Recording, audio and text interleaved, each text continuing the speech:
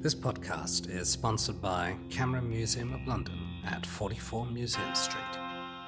Welcome to a Fish Out of the Water podcast. This is your host, Richard Lippman. Today we're interviewing Sofie Berzon-Mackie.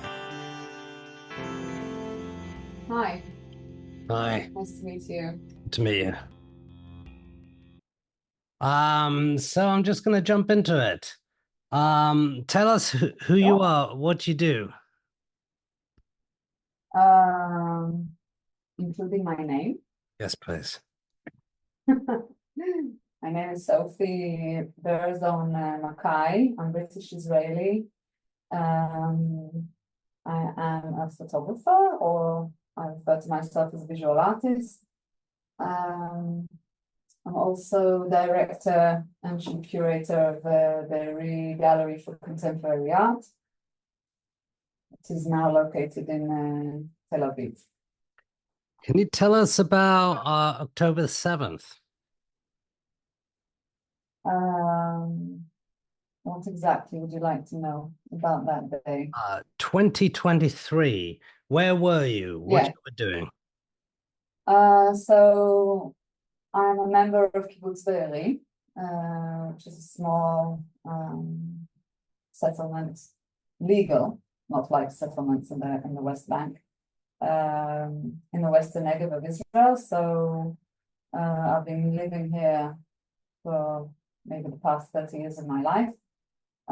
So I was here with my family, 3 children, when the attack started. How far is that place from Gaza? Maybe just a bit under 5 kilometers. Very close, right? You would, for me, it's not that close. It's far enough. It should have been far enough to be, safe. Have you It's ever not been directly? Have you ever to been Gaza? Have you ever been to Gaza? In 2002, I think, before the borders closed permanently, we used to go to the beach there. So yeah, I visited. The beach. And of course, when I was in the army. Yeah. So we'll come back to the October 7th. Sorry about that. I interrupted. You said you went to the beach in the past. How did that happen? What was the story there? There was just the border was open. There was relatively, free passage. You could go into the Gaza Strip and into Israel relatively easily. And so we just used to go, on weekends. 2002. Yeah, 2000, maybe, 3 even. So that was before Hamas, obviously. I think it's just exactly when there was this rivalry going on between Fatah and Hamas, the 2 organizations, and Hamas took hold of the situation in Gaza, and everything escalated from there. Did you go shopping there? Would you eat there? Restaurants? I mean, no, it wasn't like that.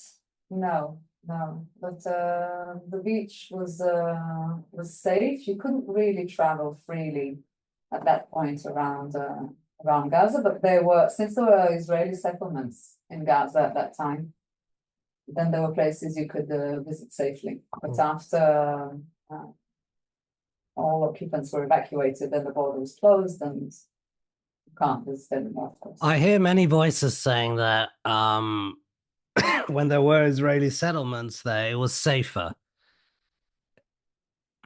for Israelis. That's the whole situation. You can maybe say that. I'm not sure how correct it is. It was very, I think there were around 7,000 people there, or maybe between 3 to 7. And there were a lot of, we had to have the army there. They were shooting rockets already. Things got a lot worse after Israel left. But it's not like we really had any other choice. I don't think that's right. course, to take Israeli settlements, in the middle of Palestinian territory. So when you went there in 2002, just to give context to the audience, because everyone knows what happened on the October the 7th on all sides, there's all sorts of interpretations and there's footage, but we're going back now just to understand a bit of context. Would you hang out with people from Gaza or Palestinians? Would they be working in Israel back and forth? What was the situation there? Yeah, Was there we poverty? had. I'm not sure it was as bad as it is now. We had here in the kibbutz even, we had workers from Gaza working on the kibbutz, and it was relatively friendly, I would say, before Hamas. Things were obviously a lot better for everyone, for the Palestinians and for us. Would they get the working wage? Would they get the same wage as Israelis? I'm not sure. I'm probably not the right person to ask. I was in my 20s and I wasn't hiring them at the time, but they were I know that they were accepted as part of the community. And even after the border closed for many years, up until even last year, we donated a lot of money to the families that used to work here, so they can live in relative comfort in Gaza. The members of the kibbutz donated once a year. Did you speak Arabic with the Gaza or do they speak Hebrew? They speak Hebrew. I don't know if they now speak Hebrew, but we study Arabic at school, and but I think it's more common for the Palestinians to speak Hebrew than the other way around. Did they ever tell you about their stories and their lives and their aspirations? I mean, some of the key workers, right? That would be. I think not with me personally, but I know for a fact that the relationships were very, very close. And there was one family that I think 3 generations used to work here on the kibbutz. So of course, very strong bonds are made, and I know that people are still in touch with each other, even 20-something years after. Well, what would they talk about? What would be the topics of closeness? Just life. Just life. People are people. What happened after after 2002 then? What was your relationship with Gaza and the Palestinians and the Arabs from your context? From your personal Personally, experience? I had actually a very good friend from Gaza, Imam Muhammad. She's a Palestinian photojournalist. She now lives in the United States. You probably know her name. So we had this, professional and personal relationship that we could that really helped to navigate through all the wars and all this conflict that was going on, knowing that I had a friend on the other side of the fence. Was helpful, keeping, remembering that there are people there just like us. What was her point of view? Iman's. In the end, she couldn't live there anymore, so she had to leave. She's very, liberal, because it's impossible to live under the Hamas regime. It's very extreme. It's very dangerous. You can't really hold liberal ideas of the world. You can't. It's very difficult to be a woman there. Her mother was divorced, and that was a struggle. So eventually she left, and she's now in the United States. And besides that, we don't really have opportunities to meet the people. Have things regular people? Okay, have things changed? I understand there were people from Gaza and Palestine working in Israel. What about now? I think there still are. Of course, it's more difficult, but even workers that are now building new homes The kibbutz is relocating temporarily to a different kibbutz for a few years, so the workers are Palestinian. So I think people know how to get along with other people. If you remove ideologies and governments than just people, we know how to get along. What about territory? What's your view on the state of Israel? Should it exist or not? Should the state of Israel exist? This is the question around the world. Yeah, well, I'm an Israeli citizen, and this is my home, and there's no question that Israel has to exist. The Jewish people don't have anywhere else to go.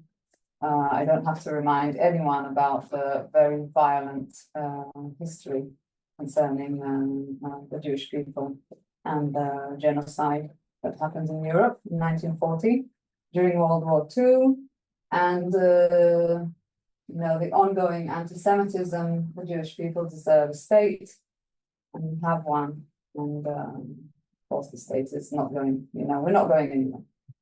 9 million people live here.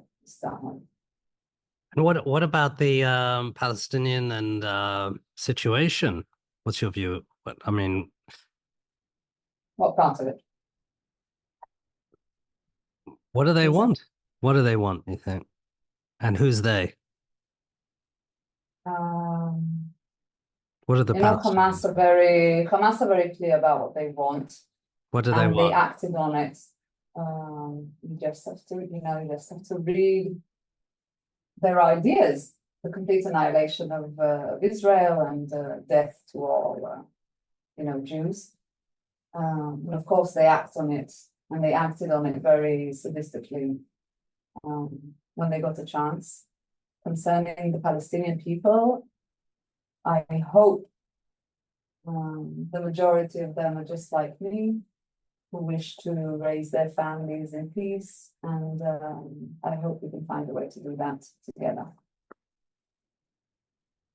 We can go back to October the 7th.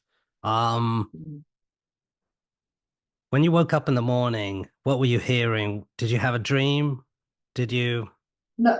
No, there were very loud explosions that sounded very different than maybe what I was used to hear every now and then. And very quickly after that, the sirens went off and rockets started falling.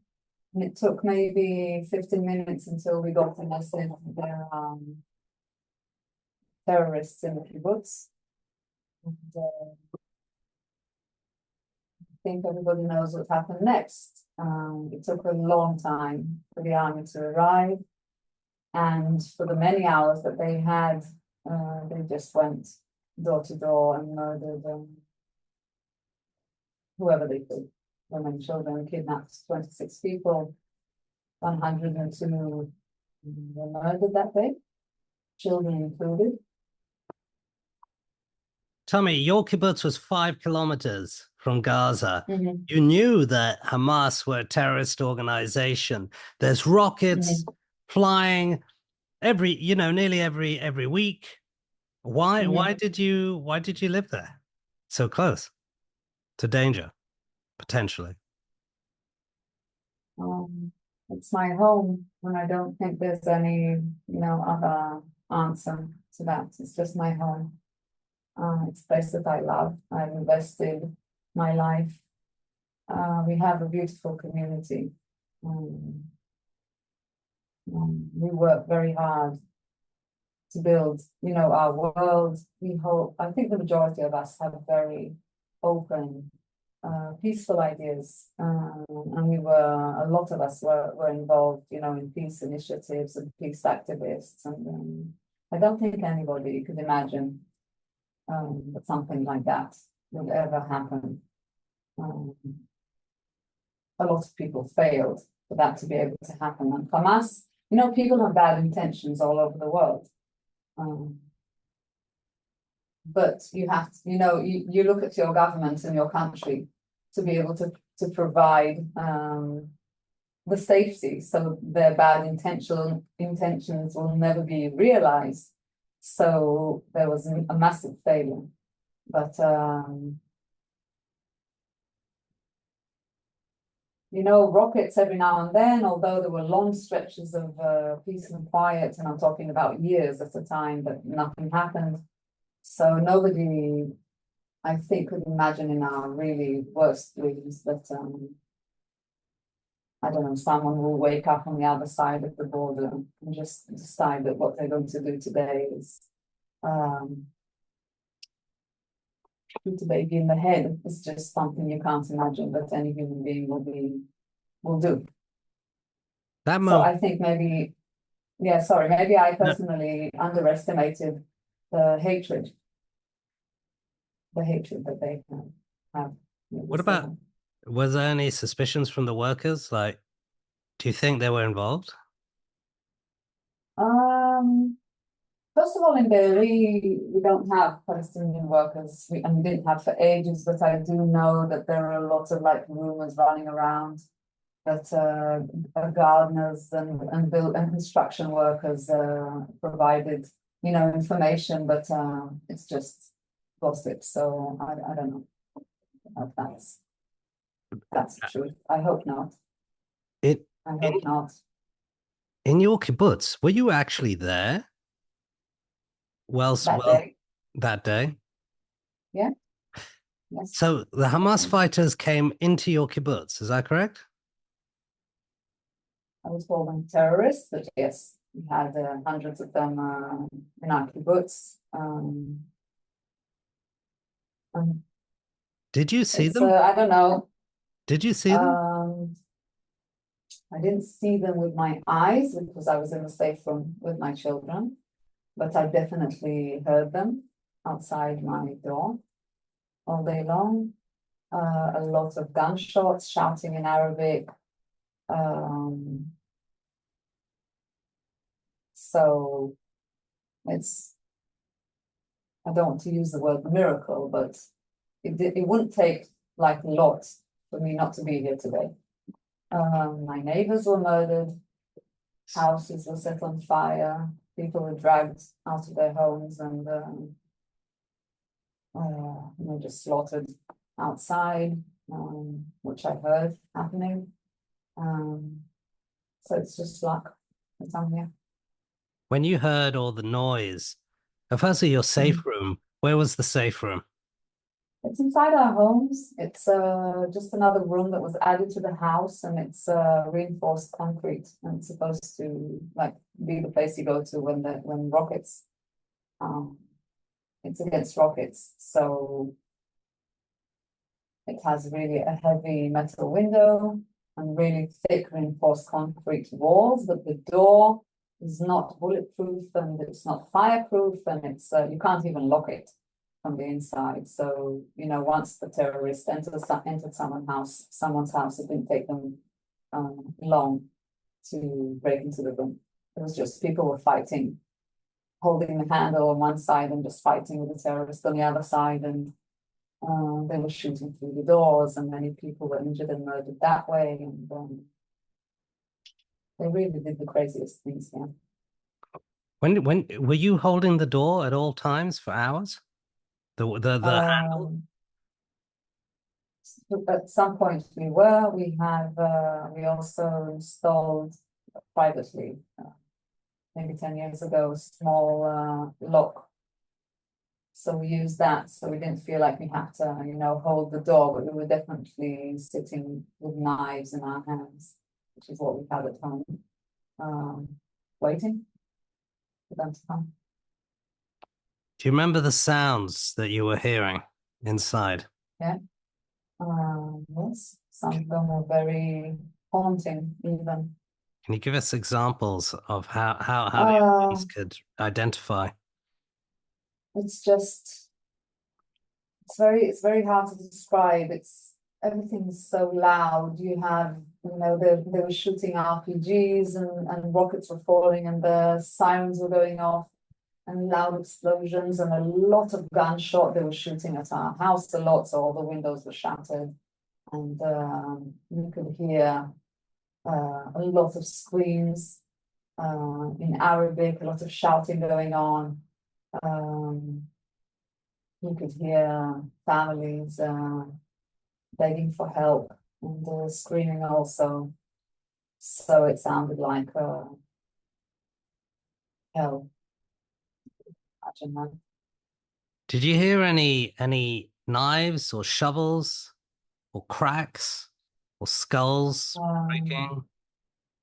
No, you can't hear that. That didn't happen here. But you can hear people fighting, murdering. What about ammunitions in the kibbutz? What was that available at short notice? We have a quick response team, which it's I think 13 or 12 men.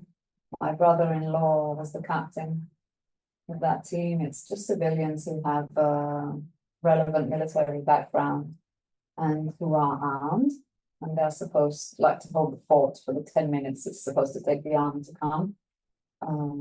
So they fought, and they fought very hard and alone for many hours, until around 2 o'clock when they ran out of ammunition. And not many of them are alive today. And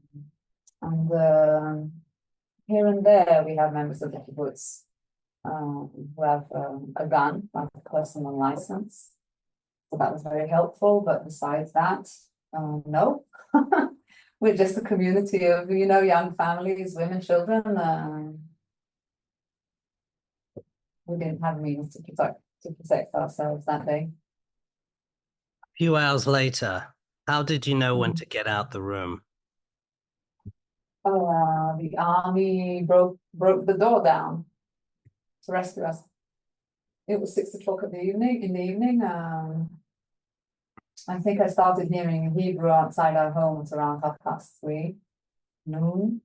And at 6 o'clock, they were banging on the door saying, it's the IDF, open up. But through the whole day, the Hamas terrorists were pretending to be the army and knocking on doors and banging on windows and telling us to open the doors. People were murdered that way. Were they speaking in Hebrew, the terrorists? Yeah. Yeah. They were dressed also, disguised as the idea.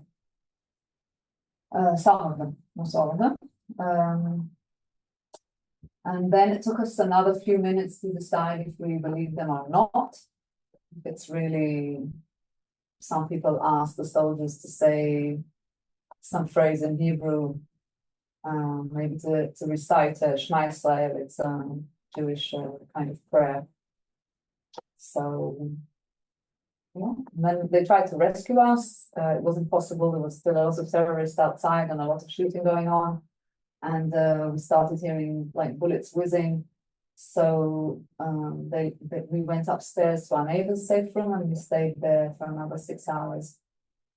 And it was pitch black. There was no electricity, no water, nothing, until midnight when they came back, and we were rescued under fire. And we had to walk to the gate, the kibbutz. Do you remember what you saw? Yeah. What did he say?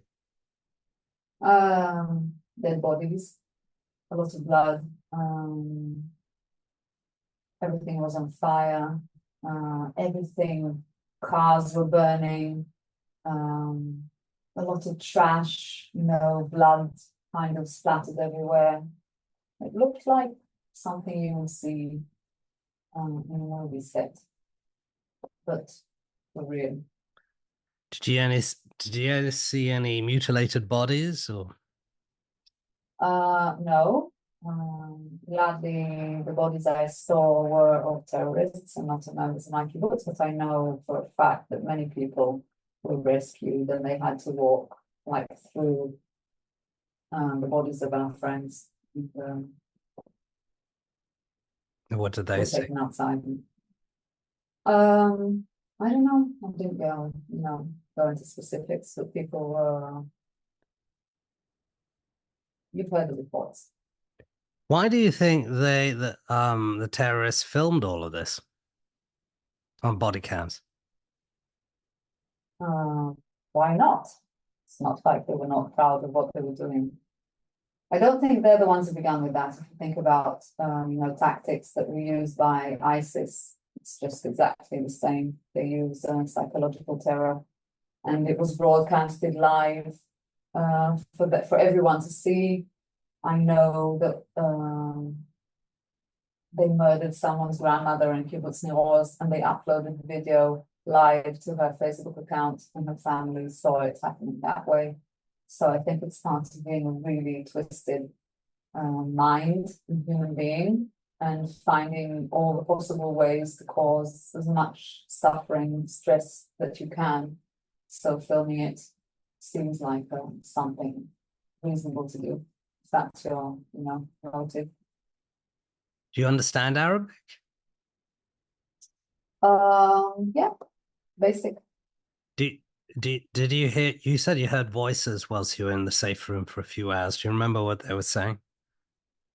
Just shouting battle commands, and of course all the Allah Akbar, but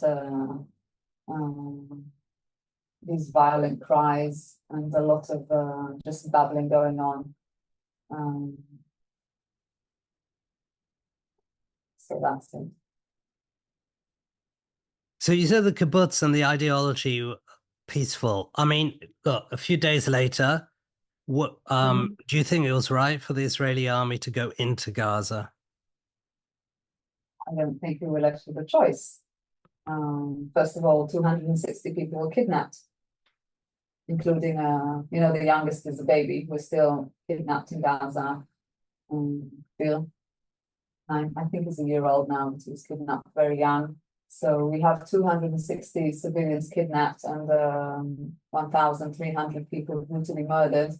And we have, Israel has the right, the moral right and obligation towards us to do whatever they can.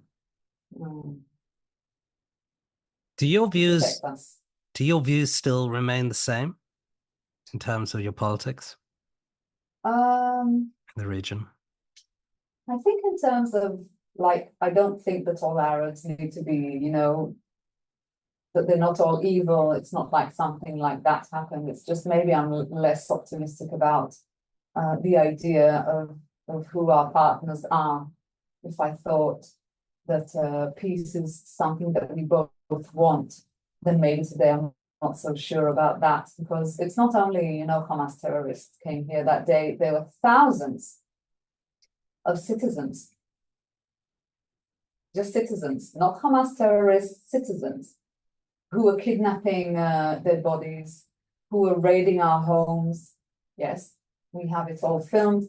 Children, young as 6-year-old, were here in the kibbutz, stealing things. And then once you see, the videos that started coming out of Gaza, how they were parading,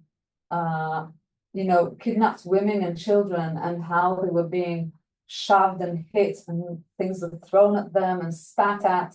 And the way you could see all these crowds around, when the hostages started being released. So you think, wow, there's something really wrong going on there, and that's a very scary thought. I still would like to hold on to the idea that the majority of people have the same aspirations as I do. But we will have to, see, you really have to ask yourself how such a crazy, really twisted force like ideology like Hamas can take hold in Gaza. And there are, various answers to that. But less optimistic, let's put it that way. Have you ever been to the army in Israel? Yes, of course. Oh, and did you serve in the front lines? Yeah. So Gaza, West Bank. What was your experience? As a soldier, I was a commander in the army. Served as an intelligence officer. So I did I just did what we have to do. Israel can't, sadly, survive without an army to be able to protect us. And once the army failed, then we just saw what happened to Israel without an army. As an intelligence officer, what intelligence did you gather? That's really something, I can't answer, even 20 years later. Have things changed on an intelligence basis? I don't know. I'm not in the army for many years. I haven't been for many years. I hear that. But we can say for sure that on that day, the intelligence failed. We know that. It was something that was being prepared apparently for a long time, and people spotting things. Have you ever been up on those towers yourself? No, no, no. It's in the army bases. Of course, it can't. And when you were serving, were you actually inside the territories? Yeah, that's where the army, we had to do our work. What was it? How did you feel? Did you feel antagonism or friendliness from the local populations? We don't really meet them. There are areas in control of the Israeli army, so it's not like maybe it's not what you see in the movies. It's not like undercover work. Oh, I see. So what you're walking around with in uniform, sort of in the streets, just patrolling? No, not even in the streets. It's not what you would imagine. So, and I don't think I can really discuss it further. I see. I see. Yeah, just trying to clarify, how it all seems on the ground How for it works. audiences. Do you think you could generalize on that? Just in general? No, I don't think. The army, after in 2004, all settlements were, cleared from Gaza, then the army was not there at all. No Israeli presence. I can't really say much about what's going on, in the West Bank. So I'm not the right person to ask about how it works today. If the kibbutz were rebuilt, I mean, firstly, do you think things in Gaza should remain the same, or do you think there should be an Israeli presence there for safekeeping? I hope we will not have to be there. That is something I would really not like to happen. I hope there will be other solutions, maybe with some sort of international intervention. Hamas clearly, and not even just for the sake of Israeli safety, but also that the suffering that they are bringing to the Palestinian people is just unimaginable. They need to be removed from power. They cannot pose any sort of threat to anyone. How to make that happen? I'm not a politician, so I don't know, but there are people who are supposed to figure that out exactly. What will be in the day after. I don't think I would like any sort of Israeli presence in Gaza. I think they should be left to manage their own affairs as long as they let go of their really violent ideas about us. What about remains to be seen. What about all the deaths since? There's been rumors of over 40,000 Palestinians killed. What's your take on that? That's very sad. This is very sad. It's very sad. What can I say about that? I wish we could. I wish it was possible, to punish just those who need to be punished. And but the way Hamas works in Gaza makes that almost impossible. They are using schools, hospitals, homes, like children's bedrooms, and you have tunnels coming out of them. And so it's a very difficult war to manage. And that is a very high number. And I am saddened for every innocent life lost.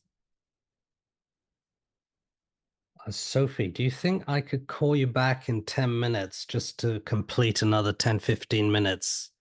Is that possible to talk about your art and the future?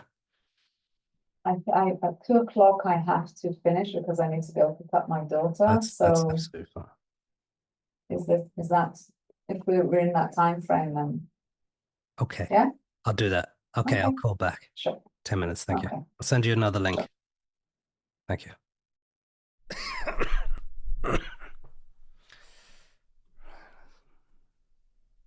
Hi. Hi.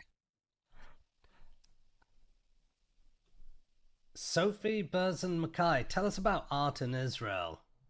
What is art in Israel? What is art in That's a very big question. Israel has excellent art and excellent artists, and you have what you have everywhere else, but just sometimes I feel like because life here is so complicated and so hard sometimes, that the depth of ideas and articulation, and it's really to the bone. It's never artificial. It's never about the aesthetics of something. It's always very, very deep, expressive, smart, emotional, and full of hope, especially since October. Are there lots of different communities in Israel? You know, different religions, different nationalities? Yes. Is that reflected in the art, and how so? Sure. Yeah. I think people are very occupied by the theme of identity, where they came from their heritage, their cultural mix up.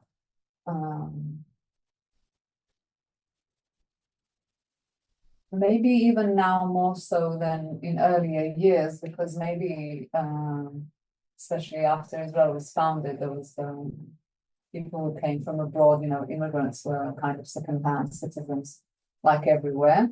But now I feel like there's a generation of artists that are very heavily looking back to where their family maybe came from, and they take pride in their history, cultural history. Tell us, do you create art as well? Yes. Sorry, because I can't hear you very How well. about this? Let me just increase the volume here. How's this one? Can you hear better? Yes, I'm an artist. I've been creating art since I don't know, since forever, since I can remember myself. Not so much of it since October. I spent the last year living in a hotel room with my family, so I didn't have a studio, and things were in general very, very difficult. So, but now we're moving into a permanent home and rebuilding my studio, and I hope to get things back on track.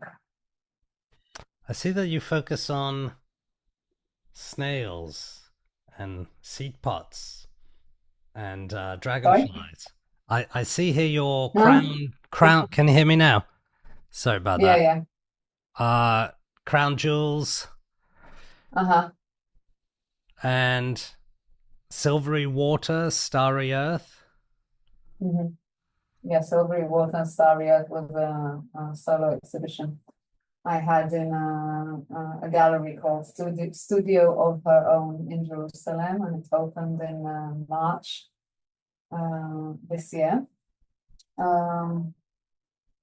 It's kind of a sort of coincidence that the exhibition was dealing with this concept of home, a lot of alchemy, mythology, and then I lost my home in Be'eri also, so that became part of the exhibition. I'm looking also at the Imagine series. Mhm. Tell us a bit about that. What were you imagining? Uh, I started after all these, after Midjourney was released, I felt like, because I'm trained as a photographer, and you have to, in order to photograph something has to be there in the real world. And that was very restraining. So there was this kind of release once the AI models were released, and I could work on these like ideas of these hybrid kind of creatures.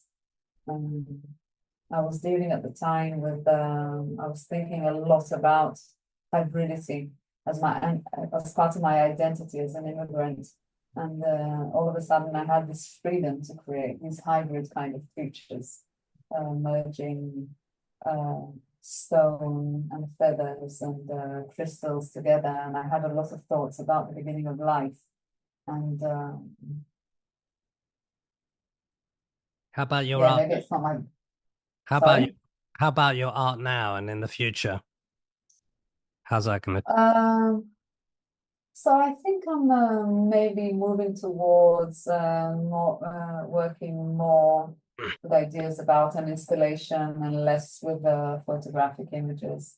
I'm really just starting arranging my world and my ideas, but I think I will be creating an installation with thoughts about natural history museums and science and how they provide these tools that you can arrange the world through them, and maybe start exploring my new world through that. Part of the issue with museums and galleries is that, the person on the other side of the world is no longer able to go there. I'm not sure that websites provides the ultimate experience. So I'm wondering whether you Is had that? any ideas about creating a sort of VR experience with immersive audio, stepping into the world Um, from outside no, than on the no, ground. I don't really find that. It's I prefer reading, a book than using Kindle. That's just who I am. And I prefer visiting museums and, meeting people over just this synthetic kind of experience that really, I feel like it's just not it. It's not good enough, and it's not really immersive, and it's not really like anything. It remains synthetic and on the surface, and I don't mind traveling to watch, to visit good exhibitions and meet interesting people. But I that's understand. why. Fair enough. I understand you also curate. Daniel Yeah, Chesnick, Chechik, Chesnick, Days Before Chechik, Che- Chechnik. Can you yeah, tell Chechik, see Che sorry, Chechik, from Daniel Che Daniel Chechik is an Israeli artist. He's a very good photographer. And I curated an exhibition for him. It was intended to show at the gallery, but then the gallery was torched here on the kibbutz. So Eretz Israel Museum in Tel Aviv, they hosted the exhibition, and he had a beautiful solo exhibition there. It was called The Days Before Darkness, which is it was actually planned before October, but it opened in January in the museum. Um, just one of many. and also have you ever curated Palestinian or Arab art? Yes, we have worked with Palestinian and Arab artists. I have to say that sadly, although maybe not surprisingly, there are not many active artists, Arab or Palestinian. Not many at all. But those who are working and who are doing a good job, yes, we work with them. I think it's part of our vision for the region, like to promote cultural growth and connection through art. It's a very natural place to do that. Oh, I see. I see here on your education, you went to Technion Haifa, which is known as a scientific institution, but there you studied photography. Yeah, Um, they have photography branch. was that very scientific? No, it was very maybe more technical, not very artistic. Technical side of photography. But it was a start, and later on I went to Camera School, which was a school for photography, which is now sadly not closed, but definitely not what it was. I studied there. Yeah, what was it when you studied there? It was the place for photography in Israel. It's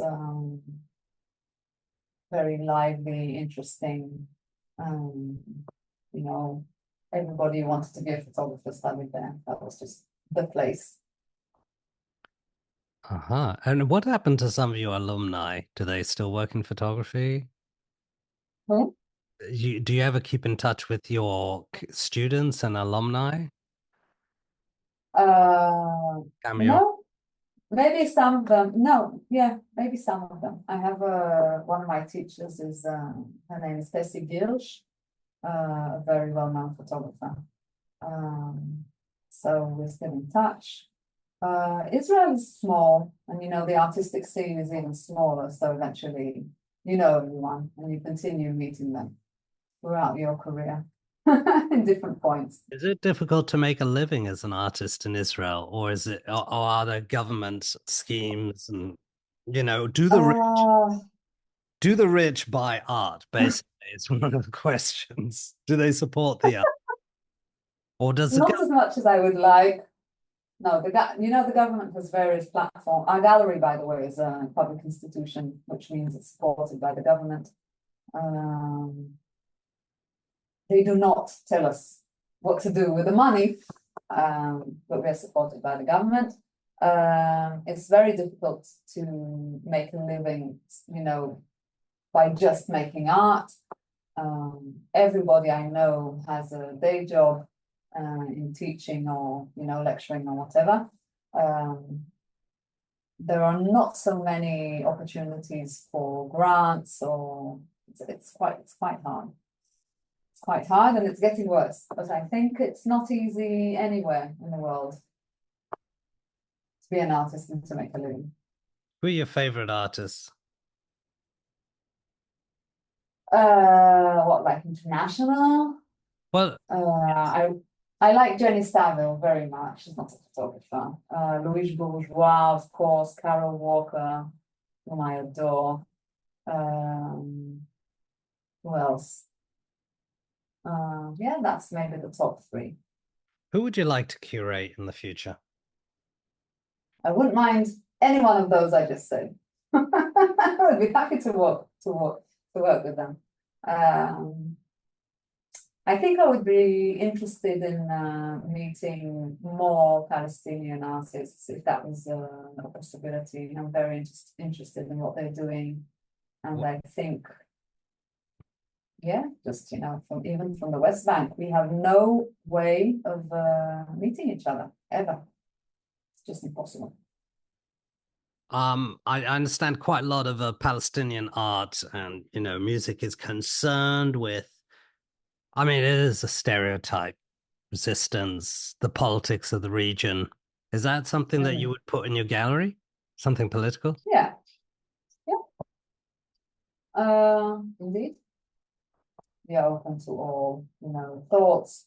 I know our government is giving, galleries and museums a very hard time when they start showing this, I don't know, maybe political art made by Arabs. But if it was up to me, then I think it's a very important discussion, and we have to have it somewhere.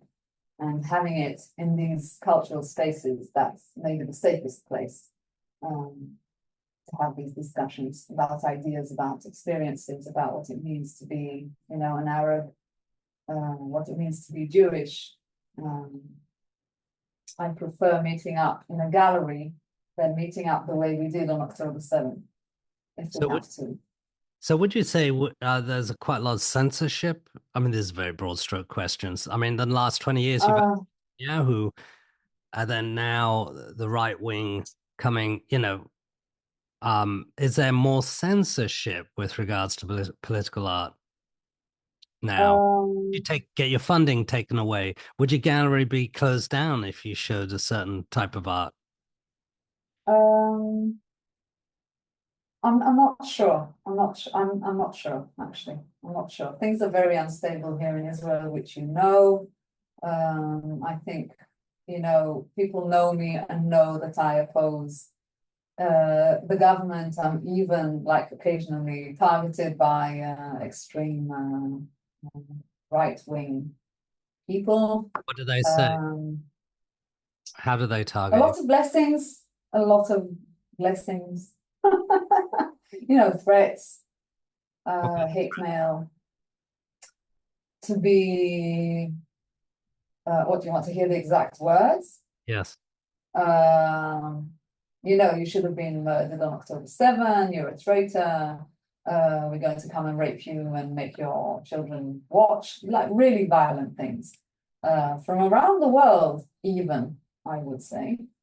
Um, How do you receive those messages? on every possible platform, LinkedIn, Facebook, you name it. My email sometimes. Do you ever feel worried that, someone might come into the gallery? No, but now that you pointed it out, I might start to be worried. No, but maybe I'm naive. I don't know. No, I think there are much more like dangerous public figures than myself What about that should be targeted. Netanyahu and the Ben Gvir? Have you ever been to the Knesset and tried to talk to them in person? Is that possible? Uh, you can go to like open meetings. No, I haven't went, but a lot of my colleagues and friends have been there. I have been speaking at protests throughout the year. And Netanyahu and Ben Gvir, they haven't come to Be'eri. They never came to face us, the victims. We are not their political base, so they ignore us. And I think they perceive us to be a very real threat to their regime. Why is that? Because they failed miserably and there is no other way. They have to resign. It's just they have to resign. They are responsible for what happened to us. So we are demanding that they resign. And who would you want to be in power? I don't know. After I see them gone, then I can start imagining. I hope we can all come together and find There's maybe that a new political party. there's that TV personality. The guy who Yair Lapid. what do you think of him? Yair Lapid.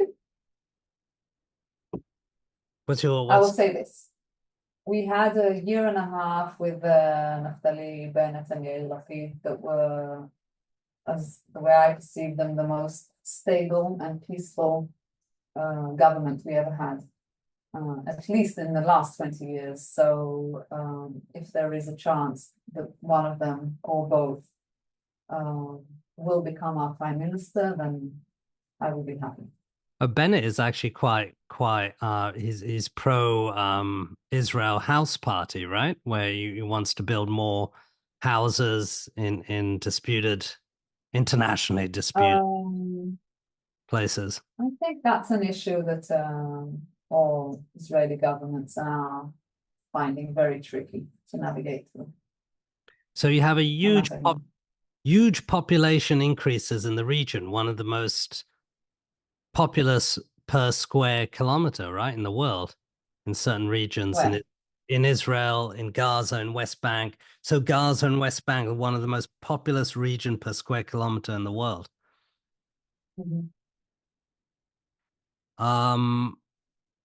Okay. So in terms of art and film and Sorry, documentary. but Richard, I really have to. Last quick question: if you were to I have to cut you short because I have to leave. One so quick maybe question. If there's something like a last question. Yes. Yeah. If there were to be a documentary to do to inspire others, what would it be about, in your view? A documentary to inspire others.